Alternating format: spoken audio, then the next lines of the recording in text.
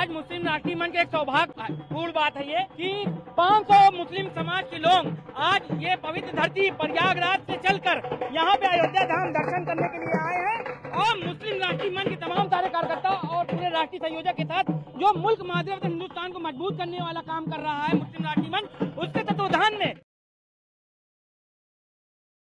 ভারতবর্ষের সংবিধানে ভারতবর্ষকে ধর্মনিরপেক্ষ রাষ্ট্র হিসেবে উল্লেখ করা হয়েছে। বহু ধর্মের দেশ ভারতবর্ষ, প্রত্যেক ভারতবাসীর স্বধর্মাচরণের অধিকারকে স্বীকৃতি দেওয়া হয়েছে। যদিও ভারতবর্ষের জনসংখ্যার প্রায় 85% হিন্দু তথা সনাতন ধর্মের। এই ধর্মে ভগবান শিব তথা মহাদেবের এক আলাদা মহিমা রয়েছে, যে কারণে ভারতের কোণে কোণে ভগবান শিবের প্রাচীন মন্দির রয়েছে, যেখানে ভক্তদের ভিড় লেগেই থাকে। কিন্তু ভারতে একটি এমন শিব মন্দির আছে যেখানে একটি রহস্যময় শিবলিঙ্গ রয়েছে, যার পুজো একদিকে যেমন হিন্দুরাও করেন, পাশাপাশি মুসলিমরাও করে থাকেন। কিন্তু এর কারণ কি? এই শিবলিঙ্গে এমন কি লেখা আছে যার জন্য গত 100 বছর ধরে মুসলিমরা এই মন্দিরে এসে ভগবান শিবের আরাধনা করেন? কোথায় রয়েছে এই রহস্যময় শিবলিঙ্গ? এর আসল রহস্য জানলে সবাই অবাক হয়ে যাবেন। কমেন্ট বক্সে হর হর মহাদেব লিখতে ভুলবেন না। সকলকে পুরাণ কথা নতুন একটি ভিডিওতে স্বাগত। আজকে আপনারা জানবেন যে শিবলিঙ্গের পুজো করে হিন্দু মুসলিম উভয়েই। ভিডিওতে অনুরাগের সবাই কাইন্ডলি আমাদের চ্যানেলটি সাবস্ক্রাইব করে নেবেন। ভগবান শিব হলেন হিন্দু ধর্মাবলম্বীদের সর্বোচ্চ আরাধ্য।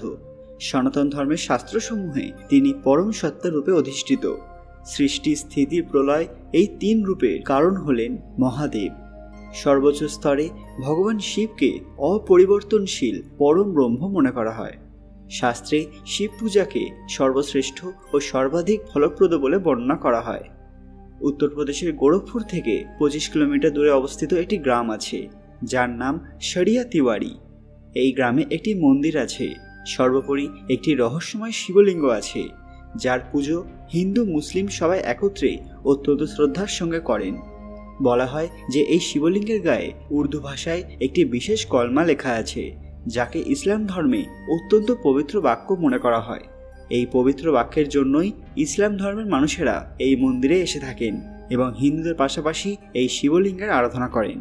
কথিত আছে যে যখন মাহমুদ গজনী ভারতে লুণ্ঠনের পাশাপাশি সব হিন্দু মন্দির ধ্বংস করছিলেন, তখন তিনি এই মন্দিরটি ধ্বংস করার চেষ্টা করেছিলেন। তিনি বারংবার এই মন্দিরের উপর আক্রমণ করেন, কিন্তু তার সেনাবাহিনী একাধিকবার প্রচেষ্টার পরেও তিনি মন্দিরটি ধ্বংস করতে সক্ষম হননি। গজনীর সৈন্যরা মন্দিরের নিচে খনন করে এই মন্দিরকে উপড়ে ফেলার চেষ্টা অবধি করেছিল, কিন্তু একসময় তারা নিজেদের হার স্বীকার করে। তারা যত বেশি খনন করে শিবলিঙ্গ তত বেশি বড় হয়ে যায়। একসময় তারা অত্যন্ত ক্লান্ত হয়ে ওঠে। এই শিবলিঙ্গ উপড়ে ফেলতে ব্যর্থ হলে গজনী তাতে উর্দু শব্দ খোদাই করে, যার মূল উদ্দেশ্য ছিল যে যাতে হিন্দুরা এই মন্দিরে আর কখনো পুজো না করতে পারে। কিন্তু তিনি বুঝতে পারেননি যে হিন্দু ধর্মের ভিত নাড়ানো এত সহজ নয়। এই ধর্ম সবাইকে নিয়ে চলতে জানে, সর্বোপরি সবাইকে সমান সম্মান প্রদান করে। ফলে আজও ইসলামের লেখা থাকা সত্ত্বেও ভগবান শিবের এই বিশেষ শিবলিঙ্গে পুজো করতে হিন্দু ধর্মাবলম্বীরাও এসে থাকেন। যে পুজো কখনো থেমে যায়নি। পাশাপাশি ঘটে যায় আরও একটি বড় ঘটনা।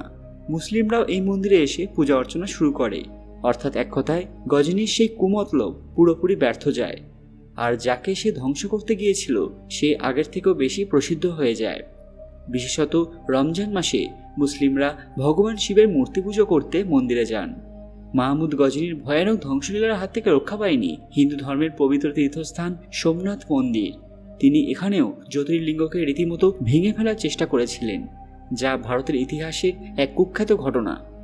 এমনকি এই আক্রমণের শিকার হয়েছিল মথুরার বৃন্দাবন, কনৌজের মতো স্থান। তিনি শুধুমাত্র লুণ্ঠন করতে আসেননি, এক প্রকার ধ্বংস করতে এসেছিলেন। কিন্তু তার এই প্রয়াস কোনোভাবেই থামাতে পারেনি সনাতন ধর্মের প্রসারকে। এভাবেই হিন্দু ধর্মের শিকড় শক্ত হচ্ছিল। বহিরাগত শক্তি যতই এই ধর্মের উপর আঘাত করেছিল, এই ধর্ম আগের থেকেও বেশি মজবুত হয়ে উঠছিল। বর্তমানে পৃথিবীর বিভিন্ন দেশে ছড়িয়ে পড়েছে হিন্দু ধর্মের সংস্কৃতি। কোথাও ভগবান শ্রীকৃষ্ণ, কোথাও ভগবান শিব, আবার কোথাও ভগবান বিষ্ণুর পুজো শুরু হয়ে গেছে। এই মন্দির এবং শিবলিঙ্গ সারা বিশ্বের মানুষের জন্য সাম্প্রদায়িক এবং ধর্মীয় সম্প্রীতির একটি মহান প্রতীক হয়ে উঠেছে। এরকম দৃশ্য সারা পৃথিবীতে খুব কমই চোখে পড়ে। মন্দিরের আরেকটি বিশ্বাস হলো যে এই শিবলিঙ্গের ওপর কোনো ছাদ নেই। যখনই মানুষ ছাদ দেওয়ার চেষ্টা করেছে তখনই সেই ছাদ পড়ে গেছে। গ্রামের কিছু বিশিষ্ট মানুষ জানান, আগে এই মন্দিরে শিবলিঙ্গ ছাড়া কিছুই ছিল না। বর্ষাকালে বয়ে যাওয়া কাদার নিচে মানুষের কঙ্কাল অবধি দেখা যেত। মানুষ বিশ্বাস করে যে শিবলিঙ্গের নিচে মানব কঙ্কাল এবং যে ধর্মগ্রন্থ লুকিয়ে আছে তা মাহমুদ গজনী এবং হিন্দুদের মধ্যে সংঘর্ষের প্রমাণ। মহাশিবরাত্রি উপলক্ষে সকাল থেকে এই মন্দিরে ভক্তদের ভিড় শুরু হয়, যেখানে হর হর মহাদেব উচ্চারণে মুখরিত হয় মন্দির। অনেকেই এখানকার শিবলিঙ্গকে নীলকণ্ঠ মহাদেবও বলে থাকেন। তো কেমন হলো আজকের ভিডিওটি? ভালো লাগলে অবশ্যই লাইক করবেন এবং কমেন্ট বক্সে হর হর মহাদেব লিখতে ভুলবেন না। আজকের ভিডিওটি অবশ্যই শেয়ার করবেন বন্ধুরা। আরও এরকম রহস্যময় মন্দির সম্পর্কে জানতে পুরাণ কথা অফিসিয়াল চ্যানেলটি মনে করে সাবস্ক্রাইব করে নেবেন। খুব তাড়াতাড়ি ফিরে আসবো আরও একটি দরকারি ভিডিও নিয়ে। ততক্ষণ আপনারা এই ভিডিওগুলি দেখতে পারেন। ধন্যবাদ।